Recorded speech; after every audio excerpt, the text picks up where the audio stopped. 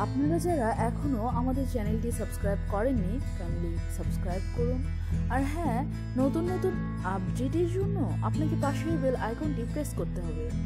আপনি জেনে আটকে উঠবেন যে পশ্চিমা বিশ্বের গবেষণাগারে যেসব ওষুধ তৈরি করা হয় তার বেশিরভাগই পরীক্ষামূলক। অনেকগুলোতে এমন সব ক্ষতিকারক রাসায়নিক দ্রব্য ব্যবহার করা হয় যা মানুষের জন্য কোনোভাবেই উপকারী নয়। বেশিরভাগ ক্ষেত্রে ওষুধটি মানুষের উপর প্রয়োগ করা হয় কার্যকারিতা পরীক্ষার জন্য, ঠিক যেমনটা করা হয় গিনিপিগের ওপর। কিছু কিছু ওষুধ বাজারজাত করা চিকিৎসক কর্তৃক পরামর্শ দেয়া রোগীর উপর প্রয়োগ করার আগে কখনোই এগুলোর ভালো মন্দ দিক বা প্রতিক্রিয়া সম্পর্কে উৎপাদনকারীরা পর্যাপ্ত ওয়াকিবহাল থাকে না। বড় বড় ফার্মাসিউটিক্যাল কোম্পানিগুলো যেখানে আঙ্গুল ফুলে কলা গাছ হচ্ছে, মানুষজন হচ্ছে ভুক্তভোগী, স্বাভাবিকভাবেই প্রশ্ন জাগে এমনটা হওয়ার কারণ কি?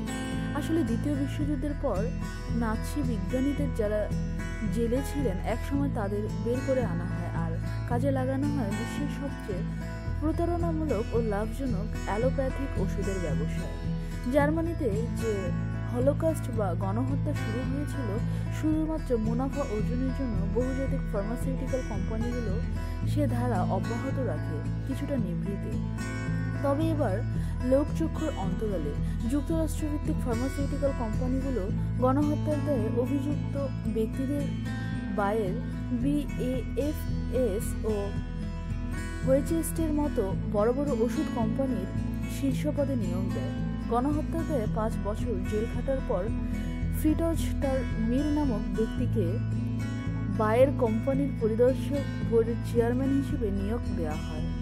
বায়ের কোম্পানি অ্যাসপিরিন এবং শিশুদের ঔষধ তৈরি করে। কেমোথেরাপিকে বলা হয় চিকিৎসাশাস্ত্রের ইতিহাসের সবচেয়ে বড় প্রতারণা। এখানে জিক্লন বি গ্যাস ব্যবহার করা হয়, যেটি ইহুদি নিধনের জন্য গ্যাস চেম্বারগুলোতে ব্যবহার হতো। আর এর পিছনে রয়েছে কার্ড ওয়ারেন্টার নামক ব্যক্তির হাত। কার্ড বলুন যে নৃশংস পরীক্ষার নামে অসংখ্য ইহুদিকে হত্যা করেছে, খোদ মার্কিন সেনাবাহিনীর রাসায়নিক বিভাগে সে চাকরি পায়। অল্প কথায় বলতে গেলে বড় বড় ফার্মাসিউটিক্যালগুলোর ওষুধ বিক্রির নামে প্রতারণার ফাঁদ 65 বছর আগে নির্মাণ করা হয়।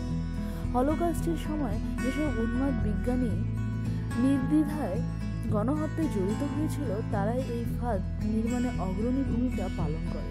তাদেরকে সর্বাত্মক সহায়তা দেয় মানবতার ধব্বজাধারী মার্কিন প্রশাসন। আর এইসব পশ্চিমা ওষুধ কোম্পানিগুলোর মুখ্য উদ্দেশ্য নিহিত থাকে মানুষকে রোগবালাইয়ের দুষ্ট চক্রে ফেলে মুনাফা অর্জন করার মধ্যে। আসুন জেনে নেই বিশ্বের ভয়ঙ্কর 8টি ওষুধ সম্পর্কে যেগুলো তিলে তিলে নিঃশেষ করে দিচ্ছে মানবতাকে। 1. SSRI সম্পূর্ণরূপে পরীক্ষামূলক। এটি নিরাপদ কিনা তা কখনোই প্রকাশ করা হয় না, এমনকি এর কার্যকারিতা কতটুকু তা নিয়ে সন্দেহ আছে। অত্যন্ত গুরুত্বপূর্ণ হরমোন সেরেন্টোনিনের নিঃসরণ পুরোপুরি বন্ধ করে দেয়, ফলে ব্যক্তি আত্মহত্যা করতে প্রবৃত্ত হতে পারে। এমনকি অন্য মানুষকে হত্যা করার আকাঙ্ক্ষাও জাগ্রত হয় তার মস্তিষ্কে। 2. MMR vaccine. এটা সেবনে রোগী মানসিক প্রতিবন্ধী পর্যন্ত হয়ে যেতে পারে, স্নায়বিক বৈকল্য দেখা দিতে পারে, রোগ প্রতিরোধ ক্ষমতা ধ্বংস হয়ে যেতে পারে। 3. Influenza vaccine.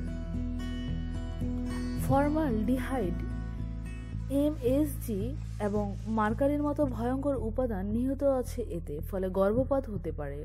4. অ্যান্টিবায়োটিক সাময়িকভাবে উপকার দেয় কিন্তু দীর্ঘমেয়াদে রোগ প্রতিরোধ ক্ষমতা নষ্ট করে দেয়। ভাইরাস ঘটিত রোগে এগুলো সেবন করলে হিতে বিপরীত হয়। 5. HPV ভ্যাকসিন কিশোর কিশোরীদের মানসিক অভিঘাত দেয়, এমনকি কোমায় পর্যন্ত নিয়ে যেতে পারে। হাজার হাজার পরিবার এটির বিরুদ্ধে অভিযোগের তীর ছুড়ে দিয়েছে। 6. কেমোথেরাপি রোগ প্রতিরোধ ক্ষমতা ধ্বংস করে দেয়, কিছুদিন পরে আবারও ক্যান্সারে আক্রান্ত হওয়ার সম্ভাবনা দেখা দেয়। 7. রোটাটেক মারাত্মক সব বিষাক্ত উপাদানে ভরপুর, শূকরের চিকিৎসার ক্ষেত্রে কার্যকরী, মানুষের বেলায় বুমেরাং হয়ে দেখা দেয়। 8. পোলিও ভ্যাকসিন এর মাধ্যমে শিশু বয়সেই ভবিষ্যৎ ক্যান্সার আক্রান্ত হওয়ার জীবাণু দেহে প্রবেশ করে। ভবিষ্যৎ মুনাফা অর্জনে এটার মূল লক্ষ্য। অতএব সাধু সাবধান, আপনার এবং আপনার পরিবারের চিকিৎসার নামে বহুজাতিক কোম্পানিগুলো উল্টো আপনার ক্ষতি করছে না তো? এরকম আরো তথ্য ও সংবাদ পেতে হলে অবশ্যই লাইক, কমেন্ট, শেয়ার করে আমাদের সাথে সংযুক্ত থাকুন। ধন্যবাদ।